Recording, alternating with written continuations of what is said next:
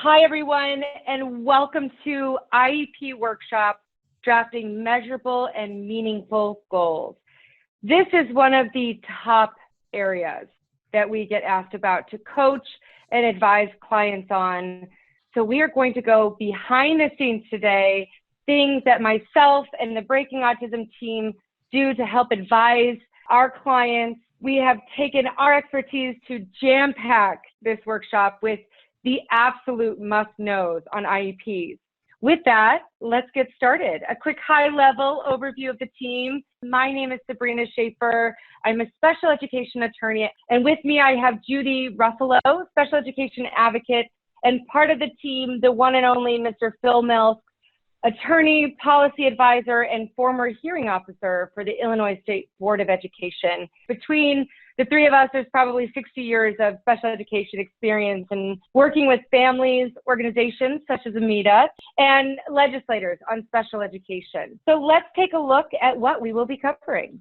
All right, so today is all about IEP goals. We're going to show you the basic components of an IEP and give you an overview of what it takes for those goals to be effective, okay? Because that's what matters. We're going to jump right into writing goals, which we consider goals the heart and soul of the IEP, and you're going to know exactly how to do it at the end of the day. And let's move on to basic components. The first component is present levels. You hear the acronyms all the time, the PLOPs or the PLAFs. Those are present levels of performance or present levels of academic achievement and functional performance. They're really the very definition of what a child can do right now, today, okay? They should always be based on data, evaluation, classroom data, whatever data you have, but they need to be accurate. The accuracy of the present levels are crucial to the success of the IEP.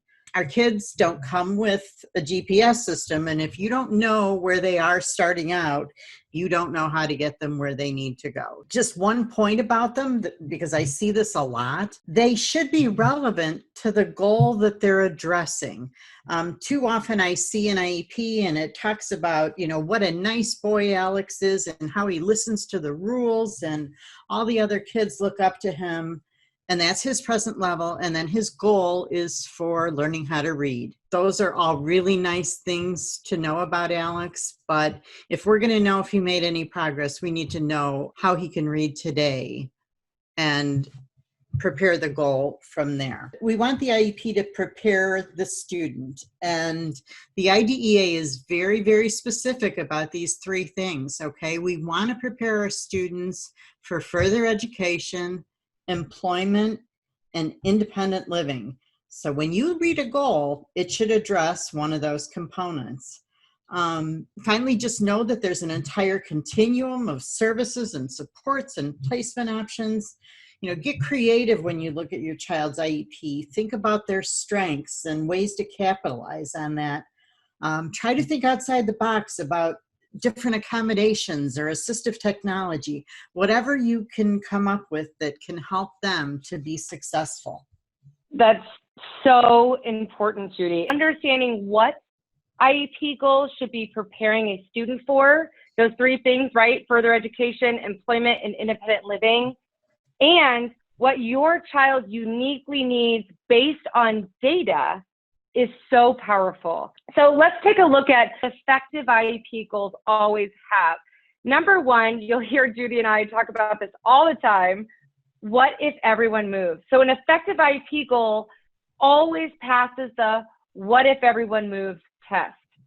So what if your family moves? What if the new school picks up the IEP? Would they be able to read the IEP goal and be able to implement it as it was intended? The other part of the what if everyone moves test is what if the related services professional or the teacher at your child's current district moves or changes, is no longer on the IEP team. An effective IEP goal, let's keep it simple, always passes the what if everyone moves test. We hear a lot about SMART goals and smarter goals. Judy and I put together a smartest goals, but if we want to keep it really, really simple, which everyone knows I love to do, Effective IEP goals are based on present levels and data and measurable and meaningful. That's what effective goals are always going to have to them. As Judy explained, data is the backbone of present levels, and present levels make up the IEP goals. I think that's overlooked a lot, not just by parents, but by professionals. To Judy's point, we'll see, Alex is a good kid. He's so polite. And while I'm glad Alex is polite, that's really good. That has nothing to do with the data and present level about that goal. So when you fundamentally understand that present levels and data make up the IEP, then you can start to dig into what does it mean to make a meaningful and measurable IEP goal. When we talk about meaningful, we're talking about, is this really looking and understanding what the child needs? Is it taking into account the child's future? Is there prompting and skills that haven't been defined? Is this truly meaningful to the child? And measurable, of course, we'll unpack that a little bit. In fact, in this next practical example, as we build out an IEP goal, as a parent, this is important as well because you want to be able to track the progress on an IEP goal. And if that seems overwhelming to you, that should be a red flag. You should be able to track progress on an IEP goal simply. In fact, Judy built out a video. It's very good. It's on the YouTube channel, Breaking Autism Inc. Go on the YouTube channel. It breaks it down, again, with a real practical step. But if your goal is not measurable, it's not going to be effective. Or at least you can't measure it. Maybe you get lucky. Maybe you would. So those are the kinds of things that we're looking for really effective IEP goals. So now let's put it into application. Let's take a look at the goal writing formula. Okay. One of the biggest things I hear from parents really is that, and sometimes staff too, they really don't understand a goal. Or the purpose of it, or really what's being measured. By the time we get to the end of this slide, you're going to be able to take a look at your own child's IEP and be able to parse some of that out, and things are going to start to make sense to you about what's really going on within your child's goals. So what we have here is really a very simple template. I've seen it in a lot of different forms and look a lot of different ways, but it basically covers everything you need to cover in order to have an effective goal. So I suppose a lot of people might be thinking, well, why am I writing the goals as the parent? And, Sabrina and I will both tell you, you know your child better than anyone. And yes, you should be writing goals for your child. You absolutely should. I'm not saying that it shouldn't be a coordinated effort with the school team, but you're the one that really knows your child the best and really knows what it is that's going to be meaningful to them in their life. The first step is always, when will the goal be met? It's pretty simple. By when? So we know IEPs are generally written for 1 year. So for today, we're just going to fill that in for 1 year from today, by May 19th, 2021, when the goal will be met. For number 2, we want to say exactly what we're going to teach the child to do. It could be writing a complete sentence, reading for comprehension, learning Braille, almost anything that a child needs to prepare them for, if you remember those 3 things, independent living, further education, or employment. Really important, okay? So in this case, our hypothetical student, I always refer to him as Alex, okay? He's got ADHD, and he's got a real difficulty with keeping track of his assignments and especially his homework. So what are we going to teach him to do?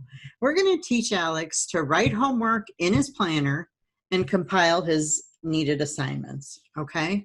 It's very specific, and we know that's what we want him to be able to do when we're done. The third part is the where. Now, this might not seem too important. You'll see a lot of times you'll see in the therapy room or in the small group. In Alex's case here, we're going to say in the resource class setting. What I want to caution you about as far as where the data is being taken is that the child needs to learn a skill, and they need to learn to generalize it. It's really not helpful for any of us if all they can do is that particular skill within the special education setting or within a small group. So you want to see that over time this skill is being generalized and brought out into, you know, the wider public, so that they can take it out and use it day to day once they are living independently. Okay, so pay attention to that, because a lot of times you'll see skill mastery being stated by the district, and actually it's a skill that the child really can only do with maybe the social worker and one other student present. So you want to watch that. Okay. Fourth is how the progress is going to be measured. Okay, for Alex, we're going to use a teacher rubric. So the teacher's going to measure both parts of that goal that we outlined in number 2. She's going to measure that the homework's getting written in the planner, and that Alex is compiling the materials and actually walking out the door with them so that he can do his homework when he gets home. So other ways of measurement, you know, it could be his grades, it could be discrete trials, could be reading fluency speed, observations. The possibilities are really endless, but we need to know how are they going to measure the data. And if you get sample goals for your child for their IEP meeting, and I encourage everyone to ask for them before the meeting, and you can't figure out how they're going to measure those goals, you need to ask those questions, because you may not have measurable, meaningful goals. I come across them all the time, you know, when I'm doing reviews for parents. So number 5, the criteria for accuracy. This is pretty easy. It could be a percentage, 4 out of 5 trials, anything like that that we can put a number to and actually, again, measure the progress. For Alex, we're looking for 90% accuracy. A lot of times parents will say, well, you know, I want them to do it all the time. And for some goals, you really do need that 100% accuracy. There's, you know, it's a kind of a joke, but in a way it's not really funny, but there's, you know, always the case of the blind student crossing the street. And the goal says that, you know, they want them to be able to do it 4 out of 5 trials. Well, you know, come on. You know, that's one obviously that needs to go to perfection. But for Alex here, we're just looking for 90% of the time would be a huge improvement for him to be bringing his homework home. Okay.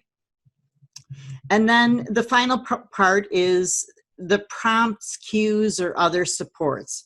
So we're giving Alex 3 prompts to meet his goal. So I think, you know, the question is, and it would be nice if this was more interactive, but when all is said and done, if Alex meets this goal, is Alex independent? I would say no, because if he can only do it in resource class, he might not have a resource class when he gets to college, right? And if he needs prompting to do it, that's certainly going to be a problem for him and his adult life. So this is one of those goals that you'd want to pay attention to, where you'd be looking for more than just what the initial goal may be written for. Okay. But if you use this, you can use it to check the goals that your district writes, and then you can be the judge. Did they write meaningful and measurable goals for my child? So much to unpack there, but you can see how this becomes more meaningful and more measurable. And Judy, you did just an amazing job of breaking down why these are important. And it really shows you why you need to take time to read these goals ahead of time. I love it when district sends you or gives you the IEP as you're sitting down. Maybe it's just me. I always joke and say, I'll admit it, I'm slow, but I need a week to process this. And some districts give you a week, some don't. We won't get into the legislation there. I know that's a hot button issue for some of us on the call. But that being said, absolutely is necessary for your right to meaningful participation, which if you don't know what that is, write that word, meaningful participation, write those words down and make sure you understand your rights to meaningful participation. But if you don't understand the IEP goals and you're not able to contribute to, the identification and really building of your child's IEP, that could be a denial of fate for your child. So it's so important that, as Judy said, you ask for those goals and you take time to process them. Reach out to your network, whether it's private providers. Amita is amazing at that. Judy does IEP reviews. I really, really recommend you spend time and look at this, because these can impact your child, the services that they receive for up to a year. So it's incredibly important and worth the investment.